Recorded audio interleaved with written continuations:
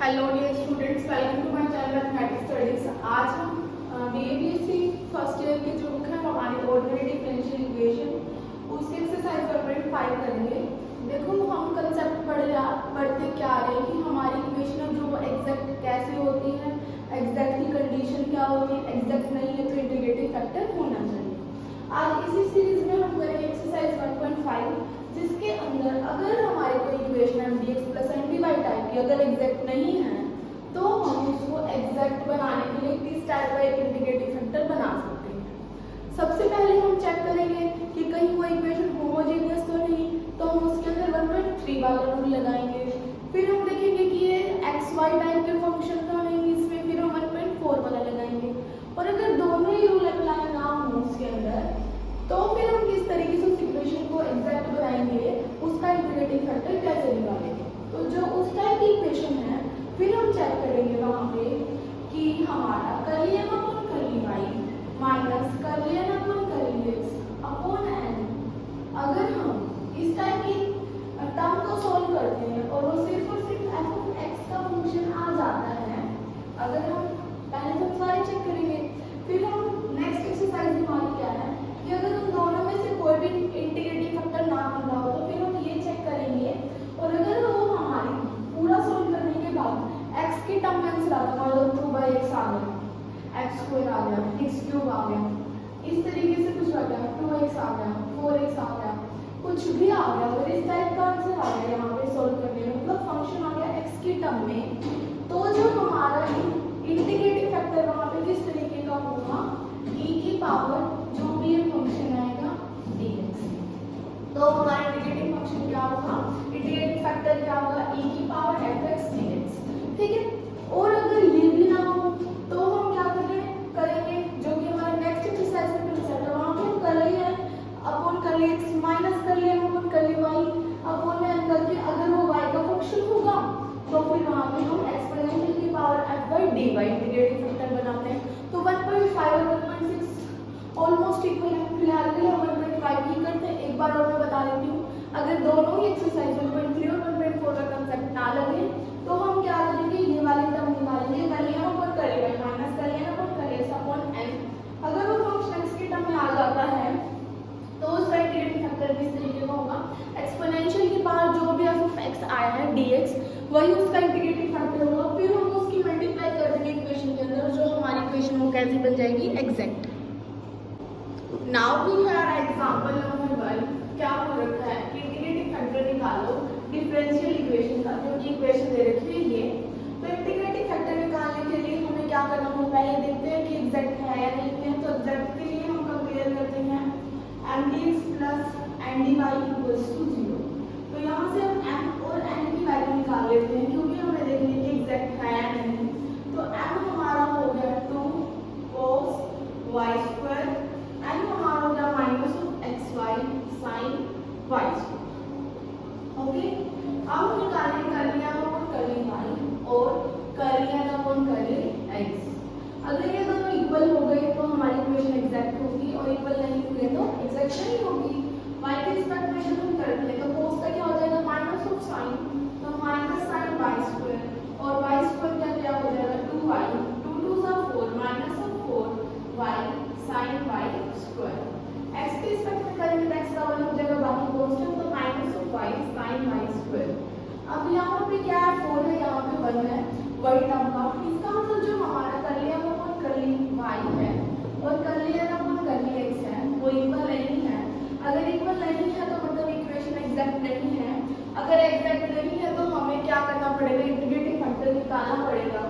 Integrating factor निकालने के लिए सबसे पहले हम पेपर में क्या देखेंगे, हमें थोड़ी पता है कि कौन सी एक्सरसाइज का क्वेश्चन है।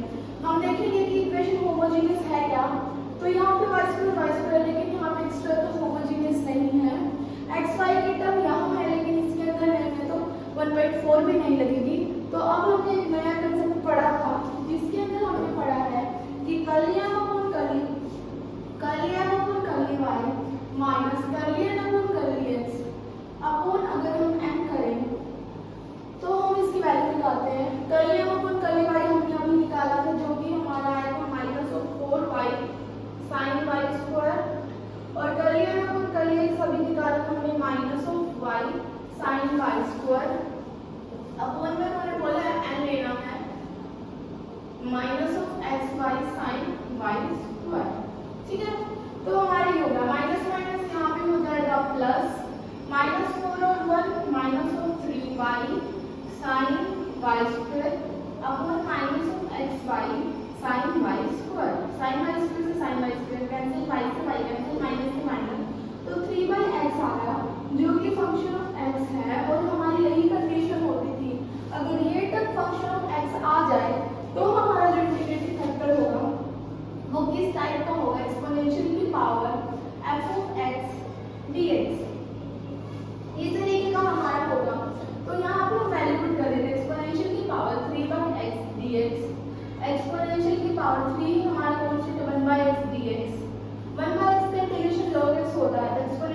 Power 3 log x।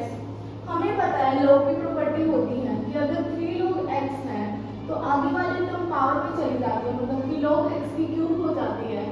ऐसे होता है कि a log b है तो log ऑफ b की पावर a हो जाती है, हमारी log की प्रॉपर्टी होती है। तो हम वही प्रॉपर्टी का यूज करेंगे यहाँ पे। तो e log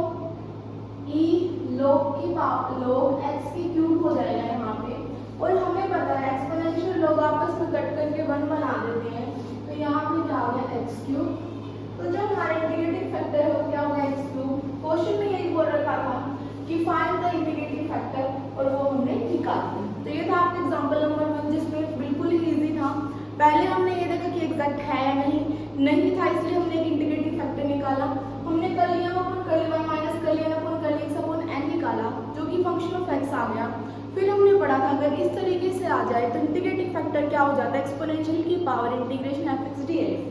फिर हमने ये वैल्यू पुट कर दी और हमारा इंटीग्रेटिंग फैक्टर आ गया। इसमें तो इतना ही पूछ रखा था कि इंटीग्रेटिंग फैक्टर है क्या। अगर क्वेश्चन में बोल देता कि सॉल्व भी करके दिखाओ, फिर हम इसका एग्जैक्ट इक्वेशन बनाते, उसको प्रूव करते कि एग्जैक्ट है और फिर इसको सॉल्व कर देते। बिल्कुल ही ईजी चैप्टर है, ये पूरा सेम है, बस आपको इंटीग्रेटिंग फैक्टर निकालने के अलग अलग तरीके आने चाहिए। हमारा नेक्स्ट एग्जाम्पल है एग्जाम्पल नंबर 2 जिसमें बोला गया है कि सॉल्व करो इक्वेशन को। सॉल्व करने का मतलब क्या है कि पहले वो एग्जैक्ट होनी चाहिए, एग्जैक्ट है तो उसका सोल्यूशन निकालेंगे। तो सबसे पहले हम ये चेक करते हैं कि इक्वेशन एग्जैक्ट है या नहीं है। उसके लिए हमारी इक्वेशन होती है mdx plus mdy equals to 0। यहाँ से मतलब हम m की वैल्यू निकालेंगे तो होगा x square plus y square plus 2x। n की वैल्यू निकालेंगे तो 2y होगा। यहाँ पे हम इंटीग्रेशन करेंगे कर लिया और कर ली y। यहाँ पे इंटीग्रेशन करेंगे कर लिया और कर ली x। कर लिया और कर ली y निकालेंगे तो इसका 0 हो जाएगा, इसका 0, इसका हो जाएगा 2y और x के रिस्पेक्ट में इसका हो जाएगा 0। तो ये दोनों इक्वल नहीं है। अगर ये दोनों इक्वल नहीं है तो मतलब क्या है, इक्वेशन है जो नॉट एग्जैक्ट है। अगर इक्वेशन नॉट एग्जैक्ट हमारी आई है तो उसके लिए हमें एक इंटीग्रेटिंग फैक्टर चाहिएगा। अगर मैं ये सोचूं कि 1.3 का क्वेश्चन है तो यहाँ पे होमोजेनियस नहीं, क्योंकि 2 to 1 हो गया तो होमोजेनियस नहीं है। x y की टर्म नहीं है तो 1.4 भी नहीं लगेगी। इसका मतलब हम क्या करेंगे, curly m upon curly y minus curly n upon curly x upon n निकालेंगे। और अगर वो x का फंक्शन आ गया तो हमारा वही क्या हो जाएगा, इंटीग्रेटिंग फैक्टर e की पावर fx dx। ठीक है, तो curly m upon curly y क्या होगा 2y माइनस 0 अपॉन n हो गया 2y minus 0 2y upon 2y, ये क्या आ गया 1। अब ये f(x) है। अब आप सोचोगे तो कांस्टेंट है, x का फंक्शन तो है नहीं, तो 1 को मैं क्या भी लिख सकती हूँ, x की पावर 0। किसी की भी पावर 0 क्या होती है 1 होती है। इसका मतलब ये फंक्शन बन गया x का, मतलब जो कांस्टेंट होता है वो x का भी फंक्शन कर सकते हैं हम उसको y का भी, क्योंकि x की पावर 0 को हम क्या लिख सकते हैं 1, y की पावर 0 को भी 1। नेक्स्ट एक्सरसाइज में भी हम अगर मान लो यहाँ पे कांस्टेंट आ गया तो हम उसको y की पावर 0 कंसीडर कर लेंगे। यहाँ पे जैसे हमने इसको x की पावर 0 कंसीडर कर लिया, इसका मतलब ये फंक्शन ऑफ x है। तो जो इस इक्वेशन का इंटीग्रेटिंग फैक्टर है वो किस तरीके का होगा, e f(x) dx। e मतलब कि 1 dx, इसका मतलब इसका इंटीग्रेशन क्या होगा 1 का x, तो e की पावर x इसका क्या इंटीग्रेटिंग फैक्टर। अब इन्होंने बोला है कि इसको सॉल्व करो। सॉल्व करेंगे अब हम, इंटीग्रेटिंग फैक्टर e की पावर x आ गया, मतलब एक्सपोनेंशियल की पावर x आ गया। तो एक्सपोनेंशियल की पावर x आ गया तो अब हम इंटीग्रेटिंग फैक्टर की मल्टीप्लाई इसके अंदर करेंगे और इस इक्वेशन को प्रूव करेंगे कि ये एग्जैक्ट है और उसके बाद हम इसका सॉल्यूशन निकालेंगे। तो एक्सपोनेंशियल की पावर x का जब हम इसके अंदर मल्टीप्लाई करेंगे तो हमारे पास कुछ इस तरीके की इक्वेशन आएगी, प्लस e 2y e की x dy इक्वल टू 0। अब यहाँ पे हम m और n निकालेंगे। m हमारे पास हो गया e की x x square plus e की x y square plus 2x e की x, n हमारे पास होगा 2y e की x। अब हम निकालेंगे कर लिया अपन कर ली y और कर लिया अपन कर ली x। जब हम कर लिया अपन कर ली y निकालेंगे, इसका 0 हो जाएगा, इसका 0 हो जाएगा, y स्क्वायर का 2y और ex होगा। जब हम x के रिस्पेक्ट में निकालेंगे तो 2y कांस्टेंट है और एक्सपोनेंशियल की पावर ex का ex ही डेरिवेटिव होता है। अब ये दोनों इक्वल है, इसका मतलब जो इक्वेशन है वो क्या हो गई है हमारी एग्जैक्ट हो गई है।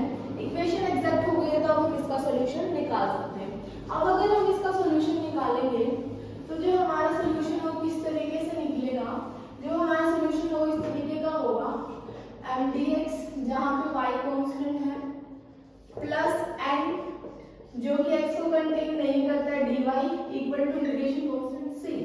अब यहाँ पे हम m की वैल्यू पुट कर लेते हैं, ये वाली ex x² plus exy² plus 2x dx plus N ऐसा लेकिन जिसके अंदर x ना हो, लेकिन इसके अंदर x है मतलब कि 0 इक्वल टू इंटीग्रेटिंग कांस्टेंट, यहाँ पे y कांस्टेंट हमारा चल रहा है।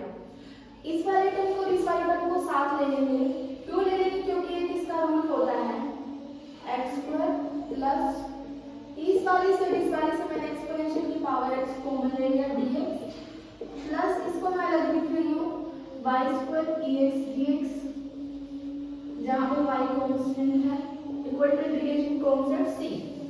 देखो अगर हमारे पास इस तरीके से इंटीग्रेशन हो f(x) है साथ में और उसका डेरिवेटिव भी इसके साथ में है, तो जो हमारा इंटीग्रेशन किस तरीके से होता है सॉल्व, वो हमारा f(x) ही आ जाता है। इसमें मेरा कहने का मतलब क्या है कि अगर x² उसका डेरिवेटिव क्या होगा 2x, अगर ये साथ में है तो जब हम इसको सॉल्व करेंगे इसका आंसर x² e(x) ही आ जाएगा प्लस ex का इंटीग्रेशन क्या होगा e की पावर x, तो यहाँ पे क्या हो जाएगा y² ex equal to integrating constant c and this is our required result. Book में भी इतना ही छोड़ रखा है, आप इतना ही छोड़ सकते हैं, ex को कॉमन लेना चाहो तो ले लेना, अदरवाइज ये भी ओके है, कुछ भी नहीं। इस क्वेश्चन में भी हमें नॉर्मल जैसे हमने पहले एक्सरसाइजेस में भी किया है कि लास्ट में सॉल्व कैसे करना होता है इक्वेशन को, इक्वेशन का इंटीग्रेटिंग फैक्टर निकाल के उसकी मल्टीप्लाई करके उसको एग्जैक्ट दिखाओ और उसके बाद सॉल्व कर दो, ठीक है।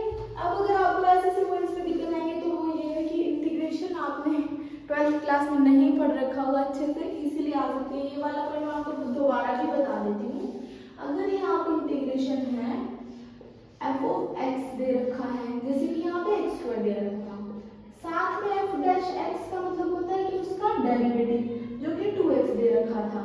अगर हमें इसका इंटीग्रेशन करना होता है तो जो हमारा इंटीग्रेशन है और साथ में ये एक्स है हमारा, तो जो हमारा इंटीग्रेशन सॉल्व करने के बाद आता है x² मतलब कि f(x) आता है, ठीक है। अब ऐसा या तो आप इंटीग्रेशन का रूल होता है फर्स्ट इंटू सेकंड, फर्स्ट का इंटीग्रेशन सेकंड एज दिस, क्या होता है उसमें इंटीग्रेशन का रूल काफी लंबा होता है इंटीग्रेशन वाला, या फिर ये छोटे वाला रूल कर लो, तो ये छोटे वाला इजी रहेगा जिसमें आपको मैं थर्ड तक बता रही हूँ कि इस तरीके से हो तो यही वाला हमारा इसका आंसर हो जाता है, तो इसको ध्यान रखिए आप थोड़ा, ठीक है।